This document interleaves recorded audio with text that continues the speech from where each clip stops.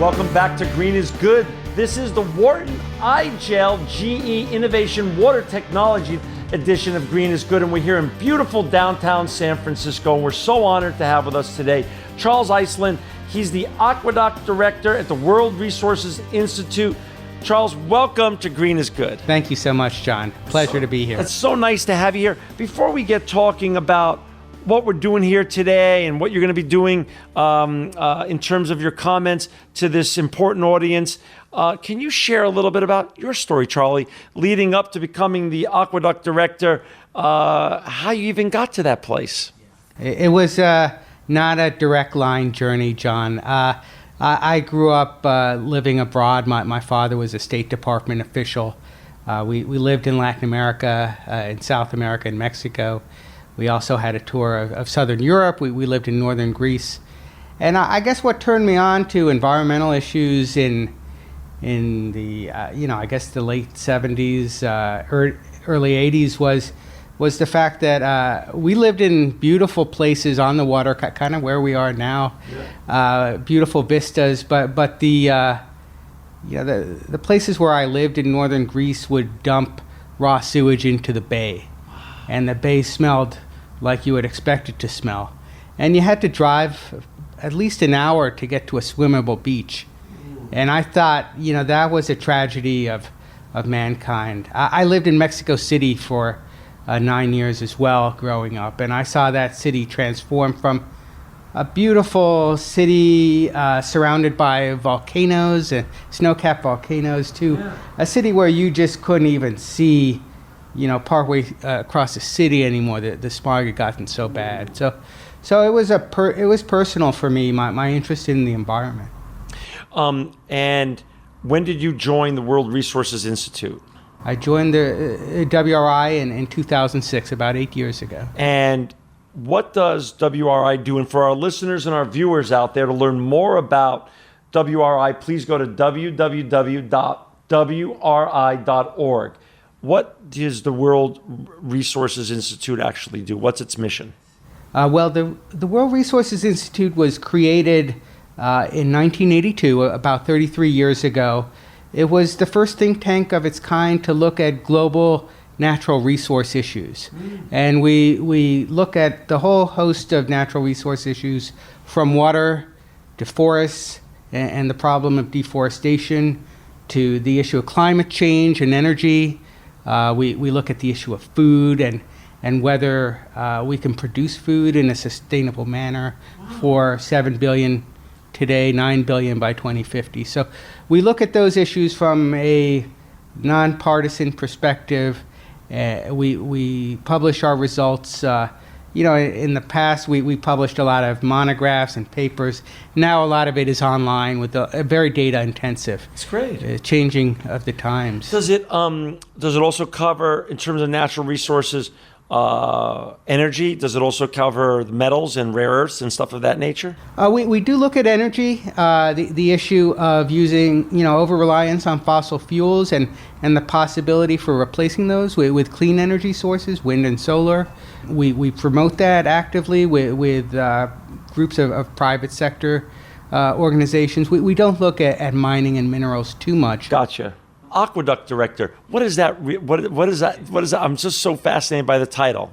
Yeah. So about 5, maybe 6 years ago, a colleague of mine who's no longer there, Pete Klopp, and I, and another colleague, Tian Xiao, had the vision of creating an online system where we could measure and map a host of water risks globally. We intended the initial users to be corporations and investors who had interests across the world, and this tool would operate as kind of a prioritization tool for them to figure out where they needed to dedicate their staff time and their financial resources to insure themselves against these risks. Gotcha. So today you're here and you're speaking at this event hosted by Wharton iGel and also our great friends at GE. Share a little bit about your thoughts on why now, why here, sitting here in beautiful California, not far from Silicon Valley, and the critical issue surrounding both the problem of the drought here in California and across the nation and in many ways around the world, but also the innovation and technology and the hope that exists? Yeah. Well, most people aren't motivated to change the status quo until a crisis comes along. And a crisis has come along. We're at levels of snowpack that are unprecedented, 5 or 10% of snowpack. We're seeing in this conference levels of rainfall that are falling below, even the lowest thresholds we used to see. So there's a crisis. And that's the motivator for really good possibilities that exist to drought-proof California, at least the major parts of California, but both its population and its economy. California, as opposed to most other places around the world, has a lot of financial resources.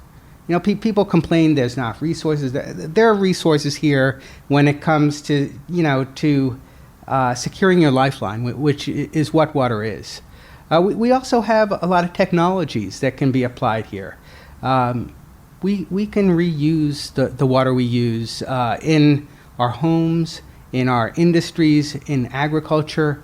We can reuse it much more than we do today. I think in California, reuse rates run somewhere between 8 to 13%.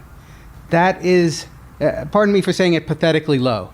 When you compare it to Israel, which is in a desert, recycling, I don't know what, but maybe 60 or more percent of their water. That's how they survive in a desert and thrive. Wow. And California can survive and thrive. My concern for California is agriculture.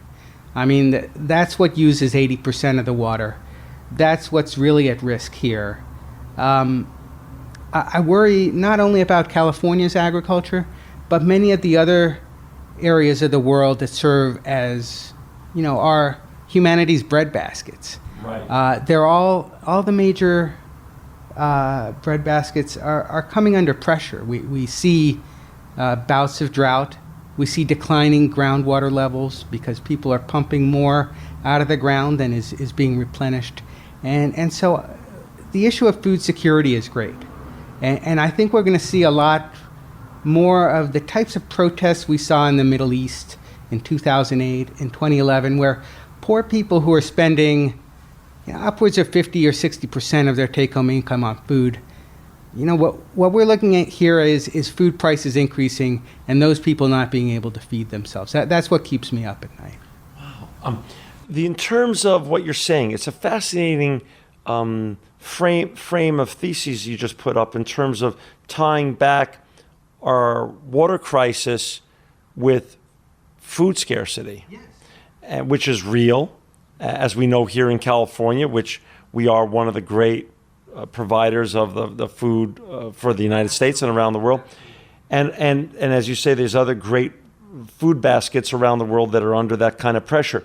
Given what you know, though, about the water technologies that exist, like you point out, Israel is deploying this in a great way.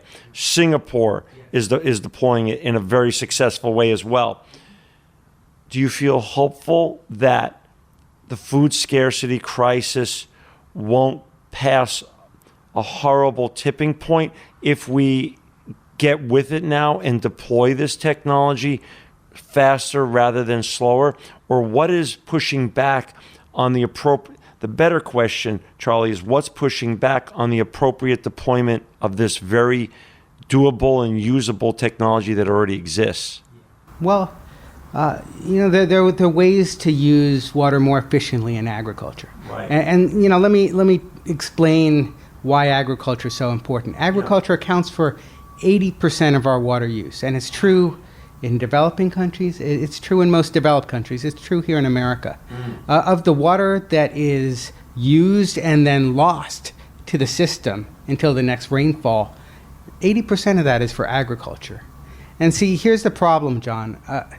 They're telling us we need to increase our agricultural production by 70% in the next 35 years to accommodate both a growing global population, so we're going to move from 7 to 9 billion, and to accommodate a population that is eating more meat-intensive diets. Those two drivers are requiring us to increase our food production.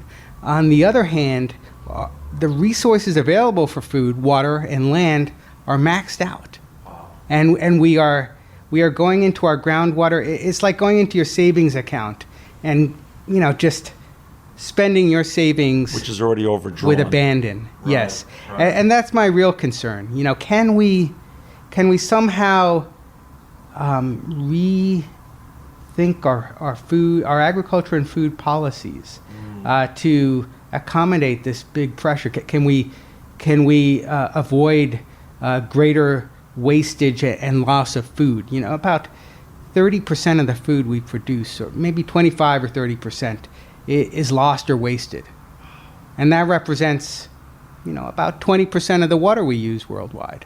If we could cut that down to zero, we would make great strides towards improving both our water security and our food security. Well, I'm going to leave you for any last words before we sign off today, because I know we both have to get back to the bigger conference, but I'd like to leave you with any final thoughts on what you're doing at the World Resources and what we're doing here today at this wonderful Wharton GE event.